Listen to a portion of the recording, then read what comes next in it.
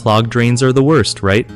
Here's how you can clear that nasty blockage without calling a plumber and spending a fortune. So, if you think your drain is clogged because of grease, try this super simple trick. Pour in half a cup of salt and half a cup of baking soda right down the drain.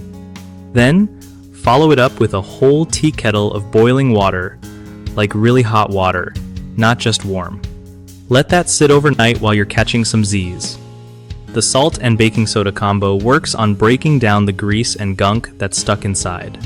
When you wake up, flush the drain with some more hot water to wash everything away.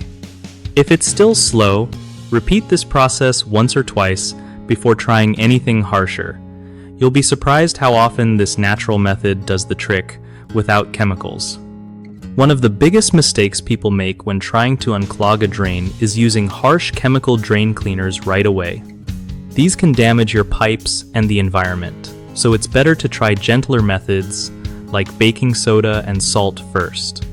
Another common issue is pouring cold water instead of hot water after the treatment, which doesn't dissolve grease properly. Always use boiling water for best results. Lastly, people often ignore regular drain maintenance.